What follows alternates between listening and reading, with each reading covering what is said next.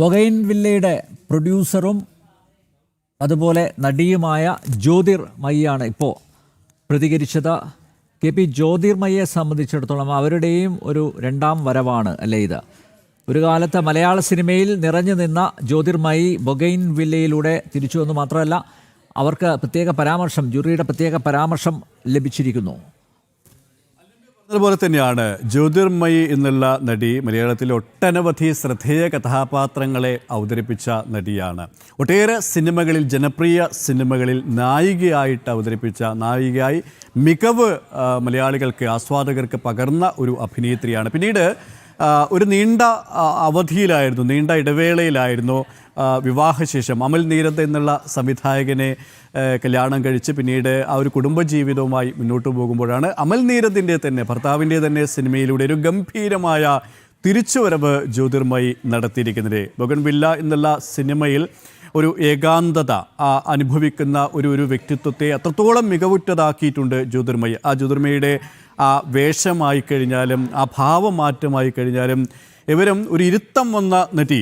ജ്യോതിർമയിയെ മലയാള സിനിമയ്ക്ക് നഷ്ടപ്പെടാൻ പാടില്ല. ജ്യോതിർമയി എന്നുള്ള നടി മലയാള സിനിമയ്ക്ക് ഇനിയും അനിവാര്യമാണ് എന്ന് പ്രേക്ഷകരെ കൊണ്ട്, ആസ്വാദകരെ കൊണ്ട്, നിരൂപകരെ കൊണ്ട് പറഞ്ഞു വച്ച ഒരു സിനിമയാണ് ബൊഗൈൻവില്ല എന്ന സിനിമ. അമൽ നീരദിൻ്റെ ആ ഒരു ക്രാഫ്റ്റ്, ആ ഒരു സംവിധാന മികവ് ഒരിക്കൽ കൂടി അടയാളപ്പെടുത്തിയ ആ ഒരു സിനിമയിലെ ഗംഭീരമായ ഒരു അഭിനയം തന്നെയാണ് ജ്യോതിർമയി കാഴ്ചവെച്ചത്. കൂടാതെ അതിൻ്റെ നിർമ്മാതാക്കളിൽ ഒരാൾ കൂടിയാണ് ജ്യോതിർമയി. അങ്ങനെ സ്വന്തം സിനിമയിലൂടെ ഒരു ഗംഭീരമായ തിരിച്ചുവരവ് നടത്തുകയും ഒരു പ്രത്യേക ജൂറി പുരസ്കാരം നേടുകയും ചെയ്ത ജ്യോതിർമയിയുടെ ആ ഒരു കഥാപാത്രം അത്രത്തോളം മികവാണ് ആ ഒരു സിനിമയിൽ ആവർത്തിച്ചതെന്ന് പറയാം. കാരണം ജ്യോതിർമയി എന്ന നടിയെ മനസ്സിലാക്കിയ, അഭിനയം കണ്ട ഒരാളും ജ്യോതിർമയിക്ക് ഈ ഒരു പുരസ്കാരം ലഭിച്ചതിൽ ഒരു അതിശയോക്തിയായി തോന്നുന്നില്ല. കാരണം അത്രത്തോളം ഒരു ശ്രദ്ധേയമായ നിരവധി കഥാപാത്രങ്ങളെ അവതരിപ്പിച്ച നടി ഒരു ഇടവേളയ്ക്ക് ശേഷം തിരിച്ചു വരുമ്പോൾ അതും ഗംഭീരമായ ഒരു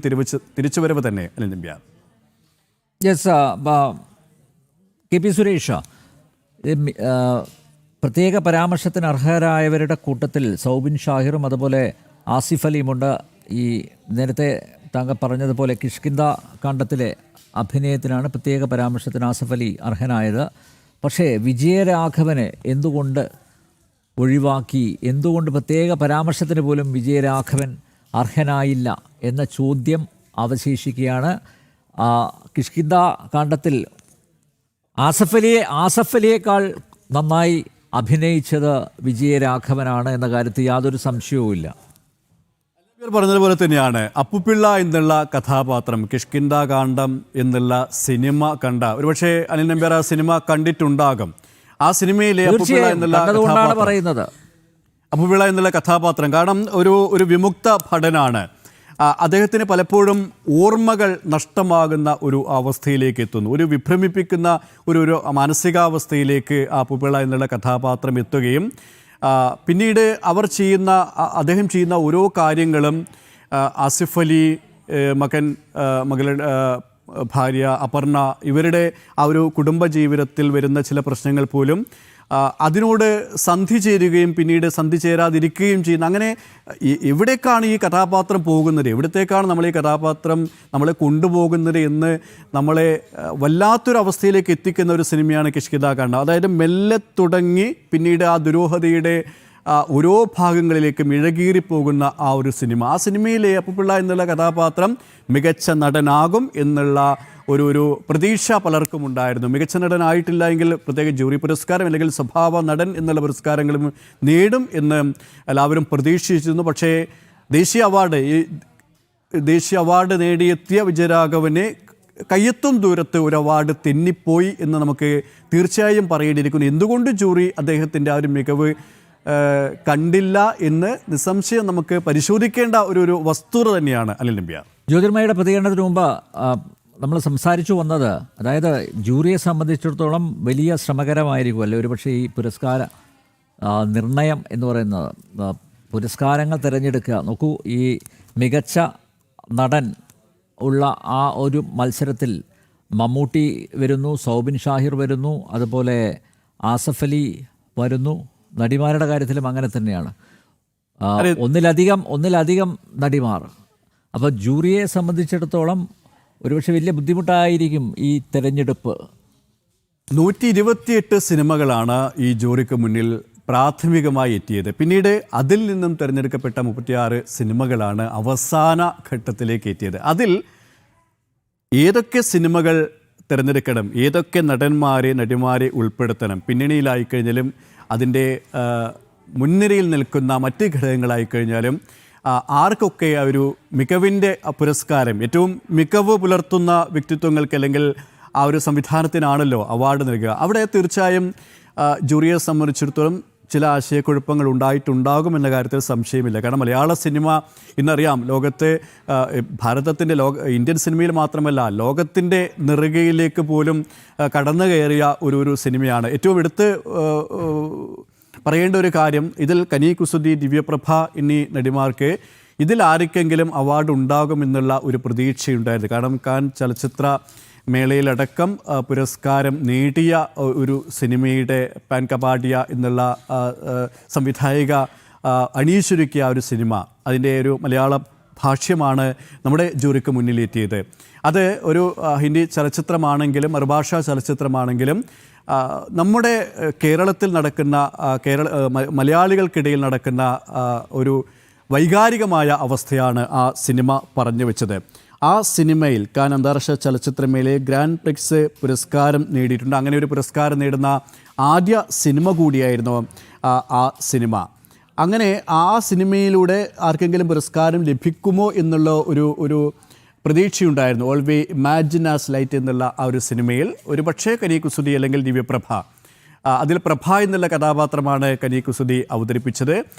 ഏകാന്തമായ ഒരു ജീവിതം, അവിചാരിതമായ കുടുംബജീവിതം തകരുമോ എന്നുള്ള ഒരു ഘട്ടത്തിൽ ഭർത്താവിൻ്റെ ഒരു സമ്മാനം അപ്രതീക്ഷിതമായി തേടിയെത്തുന്നു. പിന്നീട് അവരുടെ ജീവിതത്തിൽ വരുന്ന മാറ്റം, അനു എന്നുള്ള ആ ഒരു വേഷത്തെ മികവുറ്റതാക്കിയ ദിവ്യപ്രഭയുടെ ജീവിതത്തിലേക്ക് കടന്നു വരുന്ന കാമുകൻ, പിന്നീട് അവരുടെ ജീവിതത്തിലേക്ക് വരുന്ന മാറ്റങ്ങൾ, പിന്നീട് പരസ്പരം താങ്ങായി ഇരുവരും മാറുന്ന ഒരു പശ്ചാത്തലം. അങ്ങനെ മലയാളത്തിൻ്റേതായ ഒരു ഇതിവൃത്തവും മറ്റ് ഘടകങ്ങളുമൊക്കെ ചേർത്ത് വെച്ച ആ ഒരു സിനിമ, ആ സിനിമയ്ക്ക് ജനപ്രിയ സിനിമയുടെ കാറ്റഗറിയിൽ ഈ സിനിമ പെട്ടിരുന്നു. മികച്ച അഭിനേതാക്കളിൽ, നടിമാരിൽ ഈ 2 പേരും ഉൾപ്പെട്ടിരുന്നു. അങ്ങനെ അവർക്കൊരു ഒരു പുരസ്കാരം ലഭിക്കും, ഒരു പക്ഷേ പ്രത്യേക ജൂറി പുരസ്കാരം, സ്വഭാവ നടി പുരസ്കാരം ലഭിക്കുമെന്നുള്ള ഒരു പ്രതീക്ഷയുണ്ടായിരുന്നു. പക്ഷേ അത്രത്തോളം അംഗീകാരം ആ ഒരു സിനിമയ്ക്ക് ലഭിച്ചില്ല എന്ന് നമുക്ക് പറയേണ്ടി വരും. അങ്ങനെ ചില കാര്യങ്ങൾ ചേർത്ത് മാറ്റിവെച്ച് കഴിഞ്ഞാൽ പ്രതീക്ഷിച്ച പുരസ്കാരം തന്നെയാണ് ഇത് നമുക്ക് പറയാൻ സാധിക്കും. എല്ലാവർക്കും പുരസ്കാരം കൊടുക്കാൻ പറ്റില്ലല്ലോ കെ പി സുരേഷ്. ഒരുപക്ഷെ താങ്കളുടെ കാഴ്ചപ്പാടിൽ ഇദ്ദേഹത്തിന് അവാർഡ് കിട്ടിയിരുന്നെങ്കിൽ നന്നായിരുന്നു, അല്ലെങ്കിൽ ഈ നടിക്ക് അവാർഡ് കിട്ടിയിരുന്നെങ്കിൽ നന്നായിരുന്നു എന്ന് തോന്നും. പക്ഷേ ജൂറിയുടെ കാഴ്ചപ്പാട് അത് വ്യത്യസ്തമായി വന്നു. എന്തായാലും സാനുവിലേക്ക് പോകുന്നു. സാനു തൃശ്ശൂരിൽ നിന്ന് ചേരുന്നു. സാനു, ഈ ജൂറിയോട് മാധ്യമപ്രവർത്തകർ ചോദ്യങ്ങൾ ചോദിച്ചിരുന്നു. എങ്ങനെയാണ് ഈ തെരഞ്ഞെടുപ്പ്, അത് സുഗമമായി നടത്താൻ അവർക്ക് സാധിച്ചോ? ഏകകണ്ഠമായിട്ട് തന്നെ ഇവരെയൊക്കെ തിരഞ്ഞെടുക്കാൻ സാധിച്ചോ? എന്തുകൊണ്ട് ഈ സ്വഭാവ നടന്മാർ ഒന്നിലധികം പേർ വന്നു? മികച്ച നടിമാർ, അതായത് ഒന്നിലധികം പേരുണ്ട്. പക്ഷേ മികച്ച നടിയായിട്ട് ഒരാളെ തിരഞ്ഞെടുത്തു, സ്വഭാവ നടിയായിട്ട് മറ്റൊരാളെ തിരഞ്ഞെടുത്തു. പ്രത്യേക ജൂറി പരാമർശത്തിന് ജ്യോതിർമയിയും അതുപോലെ ദർശന രാജേന്ദ്രനും അർഹരായി.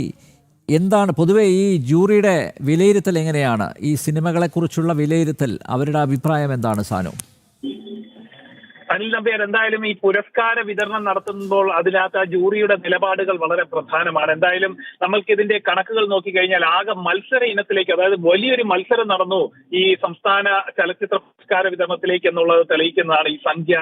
128 സിനിമകളാണ് ഇതിലെ മത്സര രംഗത്തുണ്ടായിരുന്നത്. അതിൽ അവസാന ഘട്ടം 36 എണ്ണത്തിനെയാണ്, അല്ലെ 36 ചലച്ചിത്രങ്ങളാണ് തെരഞ്ഞെടുത്തത്. എന്തായാലും ഈ ജൂറി പറയുന്നത് ശ്രമകരമായിട്ടുള്ള ജോലി തന്നെയായിരുന്നു. ഇതിൽ ഏതാണ് മികച്ചത്? എല്ലാവരും ഒന്നിനൊന്ന് മികച്ചതായിട്ട് നിൽക്കുമ്പോൾ അതിൽ ഒരാളെ തെരഞ്ഞെടുക്കുക, അല്ലെ ഒരു വിഭാഗത്തെ തെരഞ്ഞെടുക്കുക എന്നുള്ളത് അതിലേറെ ശ്രമകരമായിട്ടുള്ള ജോലി തന്നെയായിരുന്നു എന്നാണ് അവർ പറയുന്നത്. ഒപ്പം തന്നെ ഈ വേടന് ഈ പുരസ്കാരം കൊടുത്തതുമായി ബന്ധപ്പെട്ടുകൊണ്ട്, അതായത് മികച്ച സംഗീത സംവിധായകൻ എന്നുള്ള നിലയിൽ എന്നുമായിട്ട് ബന്ധപ്പെട്ടുള്ള പുരസ്കാരം കൊടുക്കുന്നത്, മികച്ച ഗാനരചയിതാവ്, സാനു ഞാൻ തിരുത്തുകയാണ്, മികച്ച ഗാനരചയിതാവാണ് ഹിരൺദാസ് മുരളി എന്നറിയപ്പെടുന്ന വേടൻ. തീർച്ചയായിട്ടും മികച്ച ഗാനരചയിതാവിനുള്ള പുരസ്കാരം ഏത് ഗണത്തിലാണ് കൊടുത്തത് എന്നപ്പോൾ സജി ചെറിയാൻ തന്നെ വ്യക്തമാക്കുന്നുണ്ട്. അതായത് യുവാക്കൾക്ക് ഏറെ പ്രചോദനം നൽകുന്ന വരികൾ എഴുതിയതാണ് വേടൻ എന്ന് പറഞ്ഞത് വളരെ നമ്മൾ ഈ കഴിഞ്ഞിടയ്ക്ക് വന്ന കേസുകളും ഒക്കെ ആയിട്ട് ബന്ധപ്പെടുത്തി നോക്കുമ്പോഴത്തേന് വളരെ വിചിത്രമായി തോന്നുന്ന രീതിയിലായിരുന്നു സജി ചെറിയാന്റെ നിലപാടും ഒപ്പം തന്നെ ജൂറി അംഗങ്ങളുടെ നിലപാടും ഒക്കെ വന്നത്. എന്തായാലും വേടന് പുരസ്കാരം കൊടുത്തിരിക്കുന്നു. അതേപോലെ തന്നെ മികച്ച നടനായിട്ട് മമ്മൂട്ടി വരുന്നു. ഭ്രമയുഗത്തിലൂടെ നമ്മളെല്ലാവരും പറഞ്ഞ പോലെ തന്നെ ആ ചലച്ചിത്രം തന്നെ വരുന്നു. മികച്ച നടിയായിട്ട് ഷംല ഹംസ വരുന്നു. ഫെമിനിറ്റി ഫാത്തിമ എന്ന സിനിമയിൽ, അതായത് കടലോര മേഖലയിലെ ജീവിതങ്ങളുമായി ബന്ധപ്പെട്ടുള്ള അതിഭീകരമായിട്ടുള്ള അഭിനയത്തിനാണ് ആ ഒരു അഭിനയ മികവിനാണ് ആ ഒരു പുരസ്കാരം കിട്ടിയിട്ടുള്ളത്. മികച്ച സ്വഭാവ നടനായിട്ട് സൗബിനും സിദ്ധാർത്ഥും വരുന്നു. മഞ്ഞുമൽ ബോയ്സും ഒപ്പം തന്നെ ഭ്രമയുഗം. ഇത്തരത്തിൽ ചില വിഭാഗങ്ങളിൽ രണ്ടുപേരെ തെരഞ്ഞെടുക്കുന്ന ഒരു പ്രവണതയും ഈ വർഷത്തെ അല്ലെ ഈ 2024 ചലച്ചിത്ര പുരസ്കാര വിതരണത്തിൽ 55ാമത്തെ ചലച്ചിത്ര പുരസ്കാര വിതരണത്തിൽ അല്ലെ പ്രഖ്യാപനത്തിൽ നമുക്ക് കാണാൻ സാധിച്ചു. അനിൽ തമ്പിയർ, സർക്കാരിനോടൊപ്പം സർക്കാരിന്റെ നിലപാടുകളോടൊപ്പം ചേർന്ന് നിൽക്കുന്നവർക്കൊക്കെ പുരസ്കാരങ്ങൾ നൽകിയിട്ടുണ്ട്. സാനു, തീർച്ചയായിട്ടും അത് തന്നെയാണ് ആ ഒരു വേടനിലൂടെ തന്നെ കിരൺദാസ് മുരളിയുടെ നിലപാടുകളിലൂടെ അത്തരം കാര്യങ്ങളിലൂടെ വരുമ്പോൾ തന്നെ നമുക്ക് ഒറ്റ നോട്ടത്തിൽ കാണാൻ സാധിക്കുന്നത് സർക്കാരിനെ വിമർശിക്കാത്ത, സർക്കാരിനൊപ്പം നിൽക്കുന്ന, സർക്കാരിന്റെ നിലപാടിനൊപ്പം നടക്കുന്നവർക്കെല്ലാം പുരസ്കാരം വാരിക്കോരി നൽകുന്നു. അതിനെ ന്യായീകരിക്കുന്നു, എന്ത് ചോദ്യത്തിനോടും അതിനെ ന്യായീകരിക്കുന്നു, എല്ലാവരെയും അക്കോമഡേറ്റ് ചെയ്യുന്ന ഒരു നിലപാടിലേക്ക് ഈ ഒരു പുരസ്കാര വിതരണം മാറുന്നു. അത് ഒരു പുരസ്കാര വിതരണത്തിനപ്പുറം, പുരസ്കാര പ്രഖ്യാപനത്തിനപ്പുറം അതൊരു രാഷ്ട്രീയ പ്രഖ്യാപനം പോലെ നമുക്ക് തോന്നുന്ന വിധമായിരുന്നു ഇതിനകത്ത് എല്ലാ കാര്യങ്ങളും അല്ലെ എല്ലാ നടപടിക്രമങ്ങളും നടത്തിയിട്ടുള്ളത്. ഒപ്പം തന്നെ ഈ കിരൺദാസ് മുരളിയുടെ കാര്യം ചോദിച്ചപ്പോൾ തന്നെ പറഞ്ഞ നിലപാടുകൾ, മുൻപുള്ള കേസുകളെ കുറിച്ച് ചോദിച്ചപ്പോൾ അതിലൊന്നും പ്രതികരണമില്ലാതെ ഒഴിഞ്ഞു മാറിയ ജൂറിനെ നമ്മൾക്ക് ഇക്കുറി കാണാൻ സാധിച്ചു.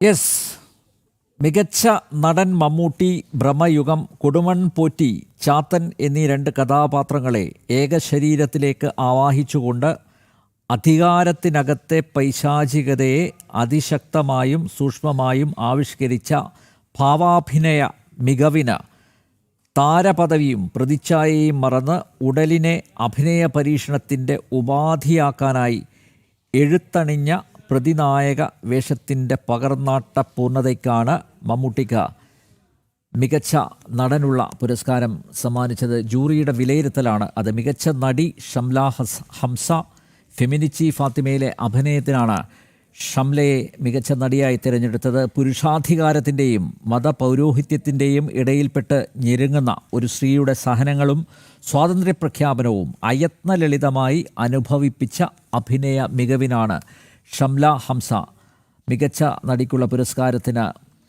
അർഹയായത്. മികച്ച സ്വഭാവ നടൻ, ഈ പുരസ്കാരം 2 പേർ പങ്കിട്ടു. സൗബിൻ ഷാഹിറും സിദ്ധാർത്ഥ് ഭരതനും.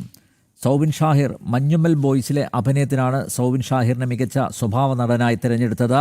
ഭ്രമയുഗത്തിലെ അഭിനയത്തിനാണ് സിദ്ധാർത്ഥ് ഭരതനെ മികച്ച സ്വഭാവ നടനായി തിരഞ്ഞെടുത്തത്. സൗബിൻ ഷാഹിറിൻ്റെ അഭിനയത്തെക്കുറിച്ച് ജൂറി പറയുന്നത് ഇങ്ങനെയാണ്: മുന്നിൽ വരുന്ന പ്രതിസന്ധികളെ സധൈര്യം നേരിടുകയും സ്വന്തം ജീവൻ പണയം വെച്ചുകൊണ്ട് സൗഹൃദത്തിനായി നിർഭയം നിലകൊള്ളുകയും ചെയ്യുന്ന ഒരു കഥാപാത്രത്തിൻ്റെ ഹൃദയഹാരിയായ ആവിഷ്കാരത്തിന്. സിദ്ധാർത്ഥ് ഭരതൻ അധികാരത്തിൻ്റെ ഭ്രമലോകത്തിനകത്ത് ദേശകാലങ്ങൾ മറന്ന് തടവുകാരനായി കഴിയേണ്ടി വന്ന ഒരു യുവാവിൻ്റെ അതിജീവന ശ്രമത്തെ തന്മയത്വത്തോടെ അവതരിപ്പിച്ചതിനാണ് സിദ്ധാർത്ഥ് ഭരതന് മികച്ച സ്വഭാവ നടനുള്ള പുരസ്കാരം ലഭിച്ചത്. മികച്ച സ്വഭാവ നടി ലിജോ മോൾ ജോസ് ആണ്. ചിത്രം നടന്ന സംഭവം കുടുംബത്തിലും സമൂഹത്തിലും അപമാനിതയാവുന്ന ഒരു സ്ത്രീ സ്വയം കരുത്താർജിക്കുകയും സ്വാതന്ത്ര്യം പ്രഖ്യാപിക്കുകയും ചെയ്യുന്നതിൻ്റെ സ്വാഭാവികമായ ആവിഷ്കാരത്തിനാണ് ലിജോ മോൾ ജോസിന് മികച്ച സ്വഭാവ നടിക്കുള്ള പുരസ്കാരം ലഭിച്ചത്. പ്രത്യേക ജൂറി പരാമർശത്തിന് 2 നടിമാർ അർഹയായിട്ടുണ്ട്: ജ്യോതിർമയയും ദർശന രാജേന്ദ്രനും. KP സുരേഷ്, മികച്ച നടൻ, മികച്ച സ്വഭാവ നടൻ, എന്താണ് ഇത് തമ്മിലുള്ള വ്യത്യാസം? മികച്ച നടി, മികച്ച സ്വഭാവ നടി, എന്താണ് വ്യത്യാസം? ജൂറി എങ്ങനെയായിരിക്കും ഇതിനെ വിലയിരുത്തിയിരിക്കുന്നത്? അതിനുമ്പ് ആ ജൂറിക്ക് മുന്നിലേക്ക് ഒരുപാട് അവാർഡ് നിർണയത്തിനുള്ള ചിത്രങ്ങൾ എത്തുകയാണ്, വേഷങ്ങൾ എത്തുകയാണ്, കഥാപാത്രങ്ങൾ എത്തുകയാണ്. അപ്പോൾ ഒരു അവാർഡിലേക്ക് തളയ്ക്കാൻ സാധിക്കില്ല. മികച്ച നടൻ എന്ന് വിലയിരുത്തുമ്പോൾ ആ മികച്ച ആ ഒരു കഥാപാത്രത്തെ എത്രത്തോളം ആ വ്യക്തി ആ ഒരു പ്രതിഭ ഉൾക്കൊണ്ടു, അതിനെ എത്രത്തോളം തന്മയത്വത്തോടെ അവതരിപ്പിച്ചു, എല്ലാ ഘടകങ്ങളും അഭിനയത്തിൻ്റെ മികവിൻ്റെ എല്ലാ അളവുകോലുകളും എത്രത്തോളം ആ ഒരു കഥാപാത്രം ആ ഒരു അഭിനയ പ്രതിഭ സ്വീകരിച്ചു എന്നതാണ് അവിടെ ഒരു മാനദണ്ഡമായി വരുന്നത്, അളവുകോലായി വരുന്നത്. ഒപ്പം തന്നെ മികച്ച സ്വഭാവ നടൻ സ്വഭാവ നടി എന്ന് പറയുമ്പോൾ ആ ഒരു കഥാപാത്രം ജീവൻ പകർന്ന ആ ഒരു കഥാപാത്രത്തോട് എത്രത്തോളം നീതി പുലർത്തി. ഒരു പക്ഷേ മികച്ച നടൻ സ്വഭാവ നടൻ, മികച്ച നടി സ്വഭാവ നടി, പ്രത്യേക ജൂറി പുരസ്കാരം, ഇതിൻ്റെയൊക്കെ അതിർവരമ്പുകൾ നന്നേ ചെറുതാണ് എന്ന് നമുക്ക് പറയാൻ സാധിക്കും. എല്ലാവരും മികവിൻ്റെ ആ ഒരു പൂർണ്ണതയിലേക്ക് ആ അഭിനയം കാഴ്ചവെച്ചവരാണ്. അവിടെയാണ് ചില പുരസ്കാരത്തിനുള്ള ചില മാനദണ്ഡങ്ങൾ നിശ്ചയിക്കുന്നത്. ഇവിടെ പറഞ്ഞതുപോലെ തന്നെ സൊബിൻ സാഹിറിൻ്റെ ആ ഒരു അഭിനയം, ലിജോ മോൾ, മലയാളികൾക്കും തെന്നിന്ത്യൻ ഭാഷകളിലും ഒട്ടേറെ സിനിമകളിലൂടെ ശ്രദ്ധേയായ ലിജോ മോളുടെ ആ ഒരു അഭിനയം, ഇത് ഒരു പക്ഷേ മികച്ച നടൻ നടി ആ പ്രതിഭകളോട് ആ ഒരു മികവിനോളം ചേർന്ന് നിന്നവരാണ്. അതേസമയം തന്നെയാണ് ഈ കാറ്റഗറിയിലേക്ക് പരിഗണിച്ചവർ, അവരെ ഒരിക്കലും ഒഴിവാക്കാൻ പറ്റില്ല. അതുകൊണ്ട് തന്നെയാണ് പ്രത്യേക പുരസ്കാരങ്ങൾ അവർക്ക് നൽകുന്നത്. ഇവിടെ ടൊവിനോ തോമസിന് പ്രത്യേക പുരസ്കാരം നൽകുന്നു, ആസിഫ് അലിക്ക് പ്രത്യേക പുരസ്കാരം നൽകുന്നു. ആസിഫ് അലി ഈ ഒരു സിനിമയുടെ മികച്ച നടന്മാരുടെ പട്ടികയിൽ ഉൾപ്പെട്ടവരാണ് ഈ ടൊവിനോയും ആസിഫ് അലിയും. ടൊവിനോയുടെ യാറും എന്നുള്ള സിനിമ 3 കഥാപാത്രങ്ങളെ മികവുറ്റതാക്കിയ ടൊവിനോ ഒരു പക്ഷേ അവിചാരിതമായി മികച്ച നടൻ എന്നുള്ള ആ ഒരു ഗണത്തിലേക്ക് വരും എന്നുള്ള പ്രതീക്ഷിച്ചവരുമുണ്ട്. അത് പ്രത്യേക ജൂറി പുരസ്കാരത്തിൽ ഒതുങ്ങി. അതേസമയം തന്നെ കിന്താ കാണണം, രേഖാചിത്രം, ലെവൽ ക്രോസ്, ഈ സിനിമകളിലെ മികച്ച അഭിനയം കാഴ്ചവെച്ച ആസിഫലിക്ക് പ്രത്യേക ജൂറി പുരസ്കാരം. ഒപ്പം സ്വഭാവ നടിയായിട്ടുള്ള നേരത്തെ പറഞ്ഞ ലിജോ മോൾ, ഒപ്പം പ്രത്യേക ജൂറി പുരസ്കാരങ്ങൾ ദർശനയ്ക്ക് ലഭിക്കുന്നു, ജ്യോതിർമയ്ക്ക് ലഭിക്കുന്നു. ഇവരൊക്കെയും മലയാള സിനിമയെ സംബന്ധിച്ചിടത്തോളം പരിചിതരാണ്. ഇവിടെ എനിക്ക് തോന്നുന്നു അനിൽ നമ്പ്യാർ, ഇവിടെ എല്ലാവരും പ്രതീക്ഷിച്ച ചില അവാർഡുകളുണ്ട്. ഇവരൊക്കെയും ഈ ഒരു അവാർഡുകൾ നേടുമോ എന്ന് സ്വാഭാവികമായും കരുതിയവരുണ്ട്. അവർക്കൊക്കെയും ഒരു തരത്തിൽ അല്ലെങ്കിൽ മറ്റൊരു തരത്തിൽ അവരെയൊക്കെയും പരിഗണിച്ചിരുന്നു എന്നാണ് നമുക്ക് മനസ്സിലാക്കാൻ സാധിക്കുന്നത്. മികച്ച ഗായിക സെബ, അവരെ മാത്രമാണ് തോന്നുന്നു ഒട്ടേറെ നല്ല നല്ല ഗാനങ്ങൾ പാടിയ ഒരു ഗായികയാണ്. പക്ഷേ മലയാള ചലച്ചിത്ര ആസ്വാദകർക്ക് അത്രത്തോളം ഹൃദ്യമല്ല ആ ഒരു പേര്. മറ്റ് ഹരിശങ്കർ ആയി കഴിഞ്ഞാലും മറ്റേത് പേരുകൾ എടുത്തു നോക്കിക്കഴിഞ്ഞാലും മലയാളി ആസ്വാദകർക്ക്, സിനിമയെ സ്നേഹിക്കുന്ന അവർക്ക്, പ്രേക്ഷകർക്ക് പരിചിതമായ പേരുകൾ തന്നെയാണ് പലതുമുള്ളത്. ഈ ഫെമിനിച്ചി ഫാത്തിമ എന്ന സിനിമ മികച്ച നവാഗത സംവിധായകൻ, മികച്ച നടി, അതുമാത്രമാണ് ഒരു അപ്രതീക്ഷിതം എന്ന് നമുക്ക് പറയാൻ സാധിക്കില്ലെങ്കിലും അപ്രതീക്ഷിതമായൊരു പേര് കടന്നു വന്നു എന്ന് നമുക്ക് പറയേണ്ടി വന്നത്. അനിൽ, ഈ പുരസ്കാര നിർണയത്തിൽ ഒരു പ്രത്യേക വിഭാഗത്തെ കൂടുതലായി പരിഗണിച്ചു എന്ന ആക്ഷേപം, വിമർശനം ഒരുപക്ഷെ ഉയരാനുള്ള സാധ്യതയുണ്ട്. അതുപോലെ നേരത്തെ സംസാരിച്ചതുപോലെ, ചർച്ച ചെയ്തതുപോലെ കക്ഷി രാഷ്ട്രീയ പരിഗണന നൽകി എന്നുള്ളതും, അതായത് സർക്കാരിന് പിന്തുണയുമായി നിൽക്കുന്നവരെ, സർക്കാരിനോടൊപ്പം നിൽക്കുന്നവരെ പ്രത്യേകം പരിഗണിച്ചു. ആ ആക്ഷേപം ഒരു ഭാഗത്തുണ്ട്. മറ്റൊന്ന്, ഒരു പ്രത്യേക വിഭാഗത്തിൻ്റെ ആളുകളെയും പരിഗണിച്ചു. ആ ഒരു വിമർശനം വരാനുള്ള സാധ്യതയില്ലേ സുരേഷ്? തീർച്ചയായും അത്തരത്തിലുള്ളൊരു വിമർശനത്തിന് തന്നെയാണ് സാധ്യത ഉള്ളത് എന്ന് മാത്രമല്ല, ഇപ്പോൾ തന്നെ ആ ഒരു വിമർശനം, ആ ഒരു വിലയിരുത്തൽ വന്നു കഴിഞ്ഞു എന്നാണ് നമുക്ക് മനസ്സിലാക്കാൻ സാധിക്കുന്നത്. അതിൽ ഏറ്റവും എടുത്തു പറയേണ്ടത് വേടൻ എന്നുള്ള ഹിരൺമയിദാസിൻ്റെ ആ ഒരു പേര് തന്നെയാണ്. മലയാളത്തിൽ എത്രയോ മികച്ച ഗാനരചയിതാക്കളുണ്ട്.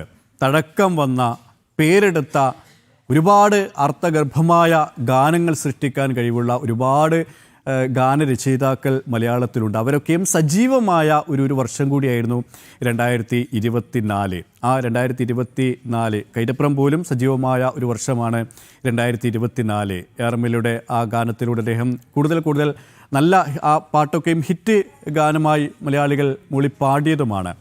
അങ്ങനെയുള്ള ഗാനരചയിതാക്കളുടെ ഇടയിൽ ഇങ്ങനെ വരികൾ കൊണ്ട് സമൂഹത്തിൽ എന്ത് സന്ദേശമാണ് നൽകുന്നത് എന്നുള്ള സന്ദേഹം പോലും നമ്മൾക്ക് ഉണ്ടാകുന്ന തരത്തിലുള്ള ഒരു രചയിതാവാണ് വേടൻ. വേടൻ ഒരു ഗാനരചയിതാവാണോ എന്ന വിശേഷണം പോലും അറിയിക്കുന്നുണ്ടോ എന്ന് സ്വാഭാവികമായും സംശയിക്കേണ്ടിയിരിക്കുന്നു. അങ്ങനെ ഒരു വ്യക്തിക്ക് അവാർഡ് നൽകുന്നു. മഞ്ഞുമൽ ബോയ്സ് എന്നുള്ള സിനിമ നല്ല സിനിമയാണ്, ഹിറ്റ് സിനിമയാണ്. പക്ഷേ ഇത്രത്തോളം അവാർഡുകൾ വാരിക്കോരി നൽകാൻ ആ സിനിമയ്ക്ക് അർഹതയുണ്ടോ എന്നുള്ള ചോദ്യം ബാക്കിയാകുന്നു. അങ്ങനെ ചില ചോദ്യങ്ങൾ, ചില സംശയങ്ങൾ സ്വാഭാവികമായും ശക്തിപ്പെടുകയാണ് അനിൽ നമ്പ്യാർ. യെസ്, 55ാമത് കേരള സംസ്ഥാന ചലച്ചിത്ര പുരസ്കാര പ്രഖ്യാപനം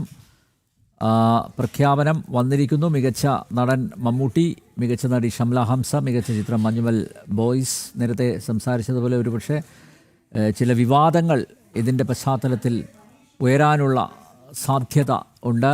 സാംസ്കാരിക മന്ത്രി സജി ചെറിയാനാണ് തൃശ്ശൂരിൽ ചലച്ചിത്ര പുരസ്കാരങ്ങൾ പ്രഖ്യാപിച്ചത്.